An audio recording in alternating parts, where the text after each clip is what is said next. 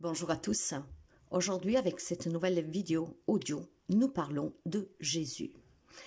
Je tenais à vous remercier pour votre présence et votre écoute et je remercie tous les engagements que vous portez pour cette chaîne, pour qu'elle puisse être visible. En parlant de Jésus, c'est surtout un sujet très important pour toutes les personnes qui croient en lui et qui croient en Jésus-Christ. Alors, aujourd'hui, une petite histoire pour parler de Jésus.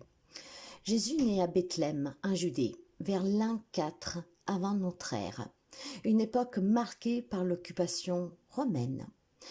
Sa mère Marie est une jeune vierge qui est promise à Joseph, un charpentier.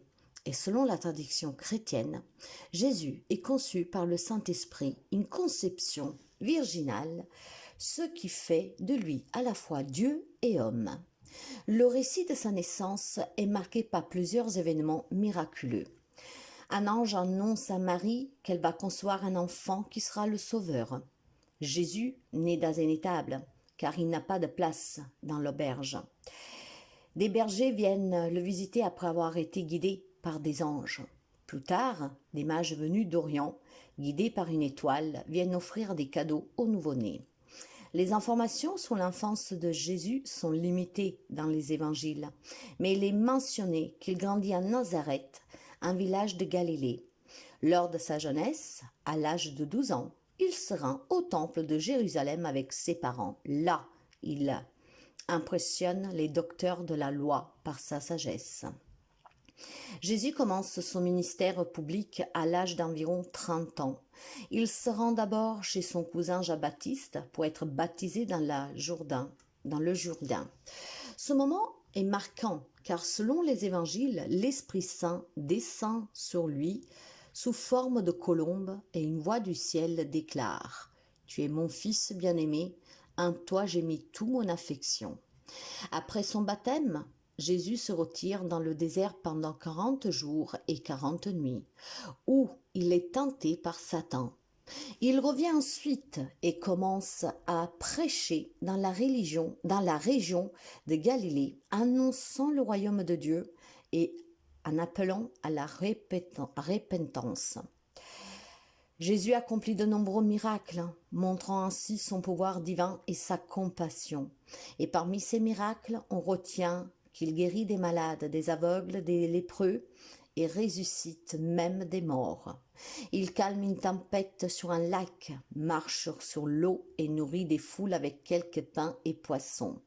Il transforme l'eau en vin lors d'un mariage à Cana. Il libère les possédés par des démons. Jésus enseigne aussi en parabole, des histoires simples avec des messages profonds. Et parmi ces enseignements les plus connus, on trouve le sermon sur la montagne, incluant la béatitude comme heureux les pauvres du cœur, car le royaume des cieux est à eux. L'amour du prochain, l'importance du pardon et la prière, comme notre Père. Le commandement d'aimer Dieu et son prochain comme soi-même. Jésus choisit 12 disciples, appelés apôtres, pour le servir et l'aider dans sa mission. Parmi eux, Pierre, Jacques et Jean sont particulièrement proches de lui.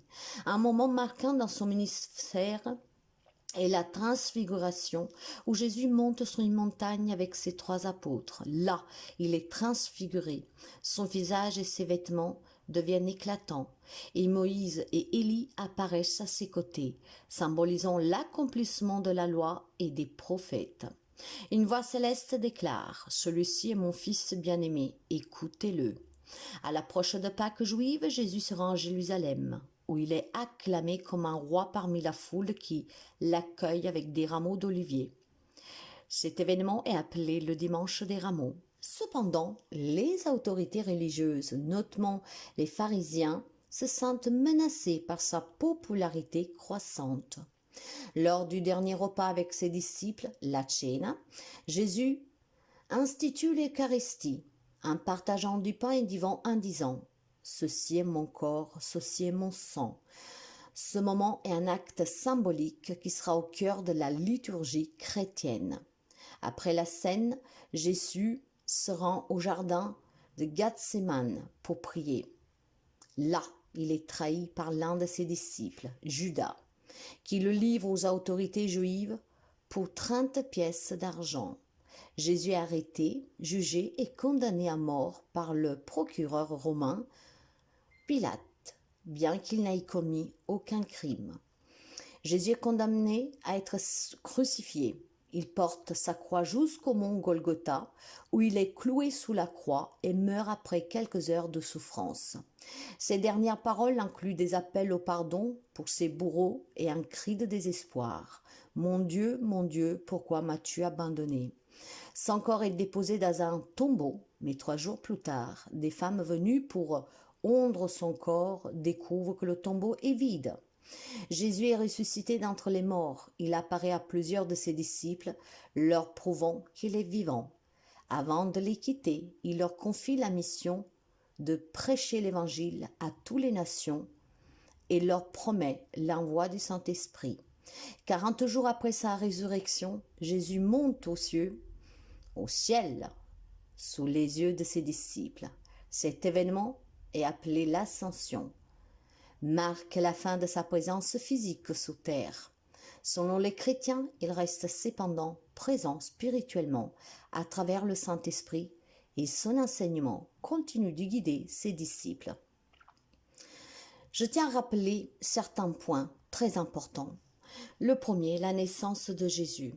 Jésus est né à Bethléem, un petit village de Judée sous le règne de l'empereur romain Auguste, vers l'an 4 avant notre ère. Selon l'évangile de Luc, Marie, la mère de Jésus, est une fille vierge fiancée à Joseph, un charpentier.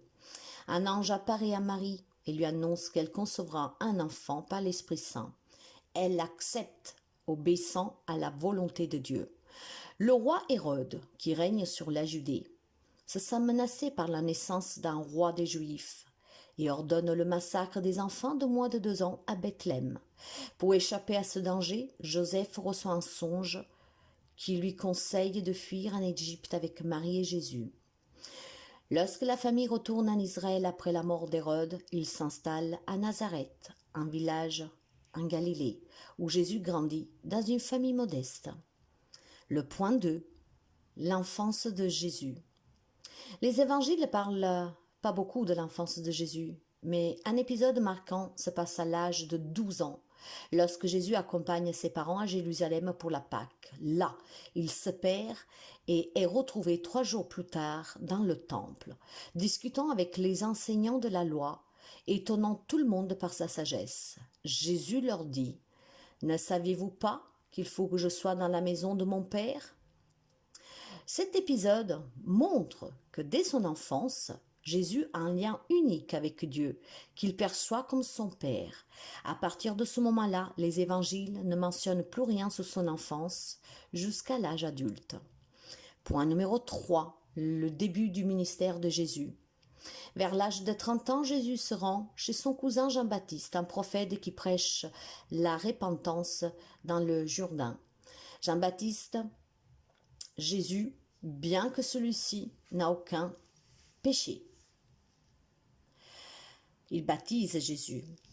Lors de ce moment, un phénomène extraordinaire se produit. Le Saint-Esprit descend sous forme de colombe et une voix du ciel déclare : « Tu es mon fils bien-aimé, en toi j'ai mis toute mon affection. » Après son baptême, Jésus se retire dans le désert pendant 40 jours et 40 nuits où il jeûne et est tenté par Satan. Jésus résiste aux tentations en citant les Écritures. Ce moment de tentation est essentiel car il montre que Jésus, tout en étant divin, fait l'expérience humaine de la lutte contre le mal. Jésus commence ensuite son ministère public en prêchant le royaume de Dieu, appelant à la repentance et annonçant la venue du Messie. Il attire de plus en plus de gens, tout en opérant des miracles comme la guérison des malades et la multiplication des pains et des poissons. Point 4. Les miracles et les enseignements de Jésus. Les miracles de Jésus sont nombreux et divers. Il guérit les malades, réveille les morts, chasse les démons, nourrit des foules affamées, calme les tempêtes et accomplit d'autres signes prodigieux. Ces miracles servent à manifester la puissance de Dieu et a prouvé son autorité divine. Un des plus célèbres est la multiplication des pains, où Jésus nourrit une foule de 5000 hommes avec seulement 5 pains et 2 poissons. Jésus enseigne aussi à travers des paraboles, des histoires simples mais profondes. Le bon samaritain, le fils prodige, la parabole du semeur, qui enseigne l'amour du prochain, qui parle du pardon et de la miséricorde de Dieu, sous l'importance d'écouter la parole de Dieu. Il enseigne aussi des principes éthiques profonds comme l'amour des ennemis et le pardon. Il résume les commandements en 2 grands préceptes. Aimer Dieu de tout son cœur, aimer son prochain comme soi-même. Le point 5, les disciples et la transfiguration. Jésus choisit 12 disciples qu'il appelle à le suivre, les transformant en apôtres envoyés. Ces disciples sont des pêcheurs, des collecteurs d'impôts, des hommes de différentes origines, mais par leur foi en Jésus. Parmi eux, on trouve Pierre, Jacques et Jean, qui sont les plus proches de lui, et qui assistent à des événements particuliers comme la transfiguration. Lors de cet événement, Jésus monte sur une haute montagne avec Pierre, Jacques et Jean. Là, son apparence change, son visage devient brillant et ses vêtements éclatent de lumière. Moïse et Élie apparaissent et parlent avec Jésus. Une voix du ciel dit « Celui-ci est mon fils bien-aimé, écoutez-le ». Et cet événement révèle la nature divine de Jésus et l'accomplissement de la loi et des prophètes. Donc Moïse et Élie. Le point 6, c'est l'entrée à Jérusalem et la passion. À l'approche de la fête de Pâques, Jésus se rendit à Jérusalem. Et lors de son entrée, la foule l'acclame en criant « Hosanna, béni soit celui qui vient au nom du Seigneur », en agitant des rameaux d'olivier. Cela marque un moment d'hommage royal, mais aussi une manifestation de la prophétie du Messie. Cependant, cette popularité va rapidement se retourner contre lui.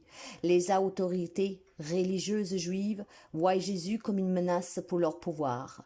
Ils complotent pour le faire mourir. Judas Iscario, un des disciples, trahit Jésus pour 30 pièces d'argent. Lors du dernier souper, Jésus institue l'Eucharistie en partageant le pain et le vin avec ses disciples, symbolisant son corps et son sang. Il annonce également la trahison de Judas. Numéro 7, la crucifixion et la résurrection. Après une nuit de prière dans le jardin de Gethsémane, Jésus est arrêté et jugé par les Sanhédrin, le tribunal juif, puis remis à Ponce Pilate, le gouverneur romain. Bien qu'il n'ait rien fait de mal, il est condamné à la crucifixion, une méthode d'exécution réservée aux criminels et aux esclaves. Jésus porte sa croix jusqu'au mont Golgotha, où il est crucifié. Ses dernières paroles incluent des appels au pardon pour ses bourreaux et un cri de désespoir. « Mon Dieu, pourquoi m'as-tu abandonné ?» Après sa mort, son corps est placé dans un tombeau. 3 jours plus tard, des femmes qui étaient venues pour rendre son corps découvrent que le tombeau est vide. Jésus est ressuscité. Il apparaît à plusieurs de ses disciples et il leur prouve qu'il est vivant. Le numéro 8, le point 8, 40 jours après sa résurrection, Jésus monte au ciel devant ses disciples dans un événement appelé l'Ascension. Avant de partir, il leur donne la mission de prêcher l'Évangile à tous les peuples et promet l'envoi du Saint-Esprit pour les guider. Voici quelques-unes des paraboles les plus célèbres de Jésus, qui sont souvent utilisées pour enseigner des principes spirituels et moraux. La parabole numéro 1. La parabole du semeur. Jésus raconte l'histoire d'un semeur qui jette des graines qui tombent sur différents types de sols. Le chemin, les pierres, les épines et la bonne terre. Certaines graines ne portent pas de fruits, mais celles qui tombent sous la bonne terre donnent une récolte abondante. Cette parabole illustre la manière dont les gens réagissent à la parole de Dieu. Certains ne l'écoutent pas, d'autres l'acceptent brièvement, mais sont vite influencés par les difficultés de la vie, tandis que d'autres l'accueillent et en portent leurs fruits. La parabole numéro 2, c'est celle du bon samaritain. Un homme est attaqué par des bandits. et laissé pour mort sur le bord de la route. Un prêtre et un lévite passent sans s'arrêter, mais un samaritain qui est méprisé par les Juifs s'arrête, soigne l'homme blessé et paye pour ses soins. Jésus utilise cette parabole pour enseigner que l'amour du prochain dépasse les frontières de la nationalité et de l'appartenance religieuse. Celui qui agit avec compassion, c'est celui qui fait preuve d'amour, peu importe son identité sociale. La parabole 3, celle du fils prodigue. Un jeune homme demande à son père son héritage avant la mort de ce dernier, part dans un pays lointain et dilapide son argent dans une vie qui débauche. Une vie plutôt de débauche. Quand une famine survient, il se retrouve à travailler comme un porcheur et décide de revenir chez son père. Le père, plein de compassion, l'accueille avec joie et organise un festin pour célébrer son retour. Cette parabole montre la miséricorde de Dieu et son désir de pardonner ceux qui se repentent sincèrement, peu importe leurs fautes passées. Quant à la parabole 4, la parabole des talents. Un maître part en voyage et confie à 3 de ses serviteurs une somme d'argent en fonction de leur capacité. 2 serviteurs investissent l'argent et doublent leur somme, mais le 3e, par peur, cache l'argent. À son retour, le maître récompense les 2 premiers serviteurs pour leur diligence et leur foi, tandis que le 3e est puni pour son manque de courage et de responsabilité. Cette parabole enseigne la responsabilité, l'utilisation des dons et des talents que Dieu nous confie, ainsi que l'importance de prendre des initiatives. Parabole 5, celle de la brebis perdue. Un berger possède 100 brebis et lorsqu'il en perd une, il laisse les 99 autres pour partir à sa recherche. Lorsqu'il la retrouve, la brebis perdue, il se réjouit et invite ses amis à célébrer. Jésus explique que Dieu se réjouit de la repentance d'un seul pécheur, comme tout le berger se réjouit de retrouver sa brebis. Cette parabole montre l'amour de Dieu pour chacun de ses enfants et son désir de récupérer ceux qui se sont égarés. La parabole 6, la parabole du riche insensé. Un homme riche, après avoir récolté une grande moisson, décide de construire de plus grands entrepôts pour stocker ses biens. Il prévoit de vivre dans le confort pour le reste de sa vie. Mais Dieu lui dit « Insensé, cette nuit même ta vie te sera enlevée. » Cette parabole enseigne que les biens matériels ne doivent pas être le but ultime de la vie et que la véritable richesse réside dans les relations avec Dieu et dans le partage avec les autres. Parabole 7, la parabole de l'ivraie et du bon grain. Un homme sème du bon grain dans son champ, mais pendant la nuit, un ennemi vient semer de l'ivraie parmi le blé. Les serviteurs veulent arracher l'ivraie, mais l'homme leur dit de laisser pousser les 2 ensemble jusqu'à la moisson. Moment où ils seront séparés. Cette parabole fait référence au jugement final, où les justes et les méchants seront séparés, et où les justes seront récompensés. La parabole de la lumière sous les boissons, la 8. Jésus explique que ceux qui suivent sa parole sont comme une lumière placée sur une lampe. Ils ne doivent pas cacher leur lumière sous un boisson, mais la laisser briller pour que les autres puissent voir leur bonne action et glorifier Dieu. Cette parabole souligne l'importance de vivre selon les principes divins et de montrer l'exemple aux autres. La parabole 9, la parabole des invités à la noce. Un roi organise un grand festin pour le mariage de son fils et invite plusieurs personnes. Cependant, beaucoup refusent l'invitation et certains même maltraitent les serviteurs envoyés pour les inviter. Le roi en colère décide d'inviter d'autres personnes, même des étrangers, pour remplir la salle de banquet. Un homme qui n'est pas vêtu convenablement est jeté dehors. Cette parabole enseigne que l'appel de Dieu est ouvert à tous, mais que ceux qui répondent doivent être prêts à se conformer aux standards divins. Et nous finissons avec la parabole 10, la parabole des ouvriers de la 11e heure. Un propriétaire de vignoble embauche des ouvriers à différentes heures de la journée. Ceux qui ont travaillé toute la journée se sentent traités injustement lorsqu'ils reçoivent le même salaire que ceux qui ont travaillé seulement 1 heure. Le propriétaire leur répond que puisqu'ils ont accepté le salaire convenu, il est libre de faire ce qu'il veut de son argent.